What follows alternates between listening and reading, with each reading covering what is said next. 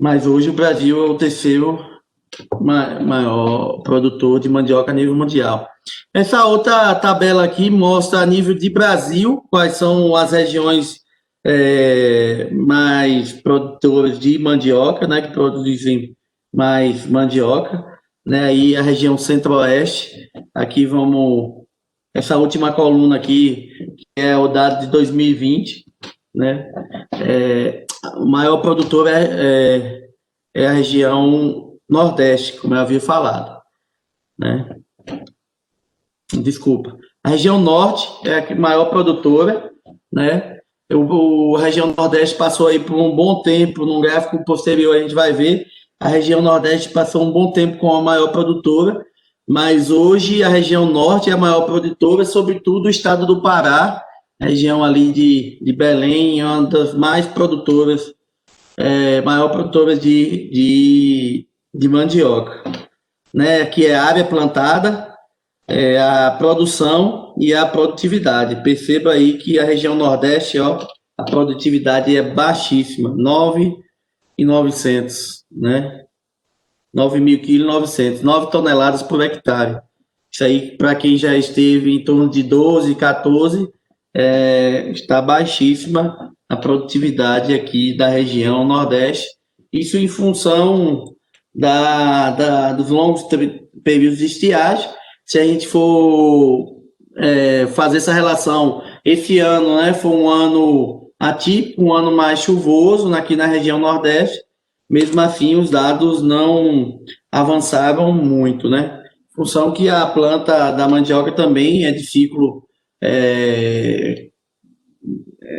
mais longo aí, né? Um ano, geralmente o pessoal colhe com 12 a 18 meses. Então, talvez no ano de 2021, na próxima colheita, esses dados, esse período chuvoso se reflita, né? Mas essa colheita de 2020 já foi plantio de 2019, né? Então, provavelmente, o período chuvoso não impactou tanto nessa produtividade.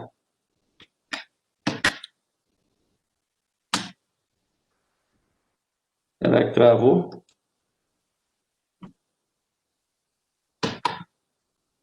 Pronto. Bem, em 2019 aí, mais uma questão econômica, em 2019, a produção aí girou em torno, né, de 9,23 bilhões de reais. Recentemente teve aquele Agropop, né, você nunca havia falar de mandioca, mas recentemente passou aí um programa relacionado a isso. E os dados é que a cadeia produtiva da mandioca aí teve uma receita bruta de 9,23 bilhões, né, de reais, porém em 2020 houve uma redução aí para 8,98 bilhões, na verdade, aqui está errado. E ocupando aí o quinto lugar no valor de produção aí agrícola entre as culturas permanentes no Brasil, logo depois da soja, cana-de-açúcar, milho, arroz. Né, a mandioca vem aí em quinto colocado em faturamento. Como eu falei aqui, a evolução, né, da área plantada aí, na verdade, essa primeira linha aí é a região Nordeste, né, em área plantada ela é maior, mas em produtividade acaba não sendo, em produção não é maior pela produtividade que é baixa, né? Então, nós temos aí a região norte, né, em área plantada é a segunda, e em produção ela é a maior, né? Aí, como eu falava, em produção, a região norte é o primeiro lugar aí em produção. E você vê que o Nordeste, ele veio retrocedendo aí essa questão de produção, de área plantada, consequentemente produção, produtividade também. Aqui por estado, ó, o estado do Pará, eu falei que a região norte é a maior produtora, mas isso se dá muito em função do Pará. O Pará é um dos maiores produtores, né? Paraná, Bahia, ó, a Bahia é uma das maiores produtoras também. Vocês podem ver nos gráficos aí, né? e a Bahia representa, né, o terceiro colocado aí a nível de Brasil no quesito aí produção de raiz de mandioca. Aqui mais um dado só no ano de 2019, né? O Maranhão os preços aqui relacionados aos preços. O Maranhão, maior preço, né, por quilo, né? A Bahia tá aqui embaixo, ó, essa linha vermelhinha aqui da Bahia, nos preços mais baixos, aí na região Nordeste, onde há um maior oferecimento aí do valor de reais por tonelada, né? R$ 550 por tonelada, chegando até a 600 em maio de 2020, R$ 600 por tonelada no Maranhão, enquanto aqui na Bahia chegou no máximo a 300 em maio de 2020, 350 em janeiro de 2020 e caindo para R$ 300 por tonelada em maio de 2020.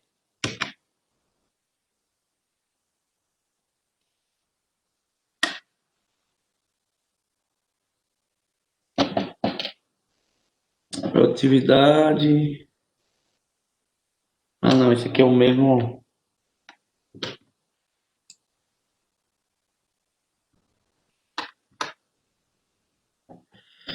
Bem, falamos um pouquinho dessa questão econômica, né, da mandioca. A gente fala de produtividade, fala de produção, mas depois a questão econômica e a questão da venda, a questão do mercado é muito importante, né? A gente sempre reclama dos mercados onde a gente consegue vender o produto, né? E vamos falar um pouquinho agora dos aspectos ali culturais da mandioca, né? O clima, apesar de ser uma planta bastante rústica, ela se desenvolve melhor em determinados climas, né? Então, o período ideal de luz ali, de horas de luz, 12 horas, né? Dias com os períodos de luz mais longos favorece o crescimento de parte aérea, né? Então, essa época agora de novembro, dezembro a gente tem o dia mais longo do ano, né? Por volta do dia 23, 24 ali nós temos o dia mais longo do ano, então ali favorece o crescimento da parte aérea, né? E reduz o desenvolvimento das raízes. Já nos dias curtos, né? Mês de junho, ali que a gente tem um dia mais curto do ano, favorece ali a produção de raízes, né? Então, quando a gente fala aí do período de colheita, a gente agora pode relacionar com esses fatores, né? O fotoperíodo ali favorecendo, nessa época, dias mais curtos, meio do ano ali, a crescimento de raízes, né? A planta dias mais frios também, acaba que a planta para o seu de vegetar, né? E manda todos os fotossimilados, todos os seus ali nutrientes para a raiz também, quando é essa época, aquela época de chuva, que ela está saiu daquele período que estacionou o seu desenvolvimento ali, é a época que ela retira os nutrientes da raiz e manda para crescimento da parte aérea, né? Então, se você vai colher uma planta de mandioca nessa época, a condição de você encontrá-la é as raízes mais fibrosas, né? Pouco a quantidade de amido, em função de que ela está mandando todos os suas reservas ali para a planta vegetar, né? Então, isso também determina a época de colheita da mandioca.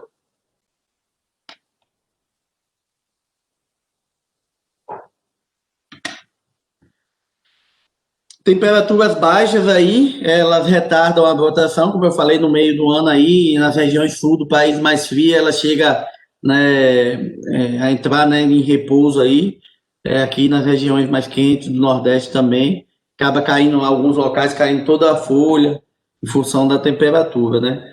diminui ou paralisa a atividade vegetativa, como eu falei anteriormente. Acaba mandando todas as reservas ali para as raízes e entrando nesse estágio para economizar, né, a água ali e tudo na planta. Por isso ela tem esse mecanismo de adaptação ali ao clima. A questão de solos, né? Necessita de solos profundos, solos friáveis, soltos. Como eu já havia falado anteriormente, esses solos são os ideais para a produção de mandioca, né? Então, cada um aí pode fazer essa relação na sua comunidade, né? Nós temos aí diversas situações na comunidade, a prata de cima, a prata de baixo, solos mais arenosos, né? A região aqui de Iraquara, Queimada ali, Matinha, Morrinho, os solos são mais argilosos, né? Então não são tão favoráveis, assim, são ideais para a produção da mandioca, né? O ideal é solo arenoso, com textura média. Solos com argilas expansivas, né? Pode causar apodrecimento, né? Quando o solo acaba secando e expandindo ali, acaba provocando rachaduras e apodrecimento, né? E é bom a gente falar disso, né? De topografia, declividade, né? Terrenos planos e tudo, porque a gente já ouviu vários relatos que as terras que são utilizadas para plantar culturas rústicas, como palma, a mandioca, a gente escolhe, né? Muitas vezes os produtores escolhem a pior terra da propriedade, porque ela é rústica, né? Então acaba deixando as melhores áreas para outras culturas, né? E isso é um erro, né? Porque aí a gente depois reclama que nossa produtividade é baixa, nossa produção é baixa em função disso. A planta ela é rústica, mas ela necessita, né, de tratos culturais, necessita de um bom preparo de solo, né? Então a cultura, apesar de ser rústica, ela tem ali o seu ideal, né?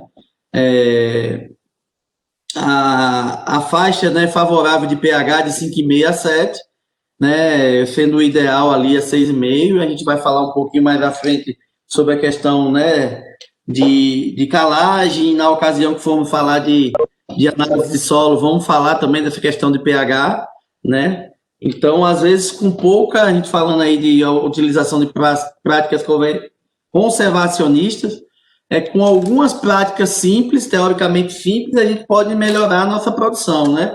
Um bom preparo de solo, se a gente tiver a condição de fazer uma calagem, porque por mais que a gente utilize a adubação seja convencional, a adubação orgânica, o solo só vai responder se ele tiver ali o seu pH equilibrado, porque o solo já tem ali sua fertilidade de origem, né, da formação da rocha, mas ela só vai estar, esse nutriente só vai estar disponível às plantas de acordo ao pH do solo, né? E mais para frente a gente pode aprofundar mais um pouquinho nisso. Outra questão é que a gente vem anos e anos e anos utilizando as mesmas áreas, com a mesma produção, né? Com a mesma tipo de cultura, e isso vai desgastando o solo, né? Então, a fertilidade vai baixando, vai aumentando alguns outros elementos químicos que são tóxicos, né? Então, acaba que isso influenciando na nossa produção, na nossa produtividade. Como eu vim falando, né, de calagem, pH e calagem. A calagem está associada à correção, né, do pH e à neutralização do manganês e do alumínio tóxico, né? Aumenta a disponibilidade e aproveitamento dos nutrientes. Como o potássio, por exemplo, é um elemento do solo de carga positiva, e o alumínio também, às vezes ele acaba sendo associado ali, né, a esses nutrientes que são benéficos e deixando disponíveis esses outros elementos, como o alumínio, que são tóxicos às plantas.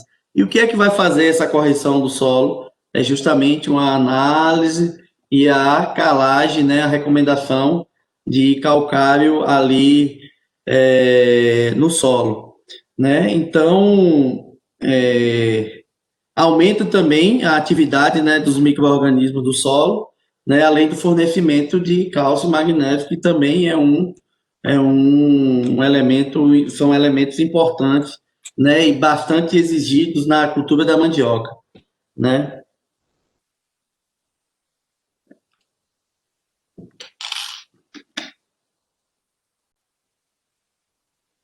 É aí que eu acho que... Ô, Léo, Eu? acho que seria interessante orientar o pessoal aí a não ficar fazendo essa solicitação aqui, que tá meio que travando aqui. Essa solicitação vem de lá, né, do pessoal. Eu não consegui ver aqui qual foi a solicitação. Acho Tá que foi só chegando para aqui você que algumas chegou. solicitações.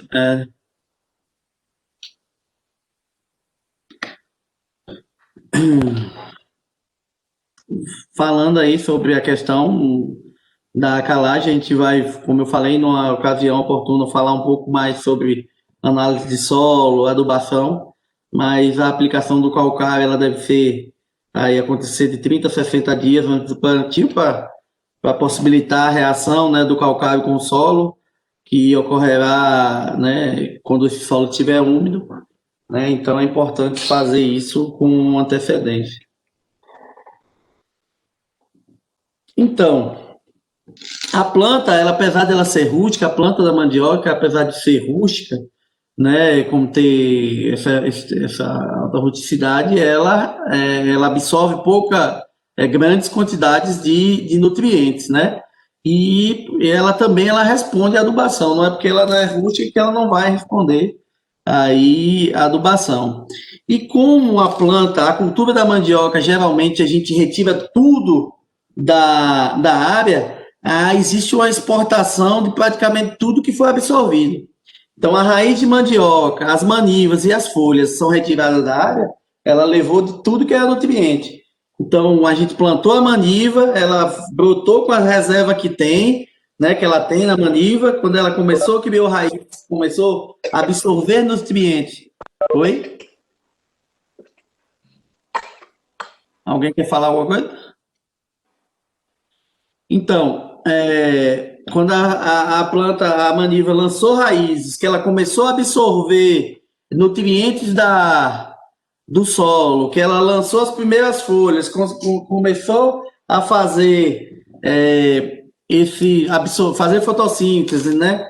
E translocar esses fotossimilados, aí que vem o desenvolvimento da parte vegetativa, desenvolvimento de raiz. Então, isso tudo é retirado do solo e do sol, né? Da fotossíntese e principalmente também dos solos nutrientes. Quando você colhe a mandioca, que retira a mandioca da área, retira a maniva para dar para o gado, as folhas também, você está levando todo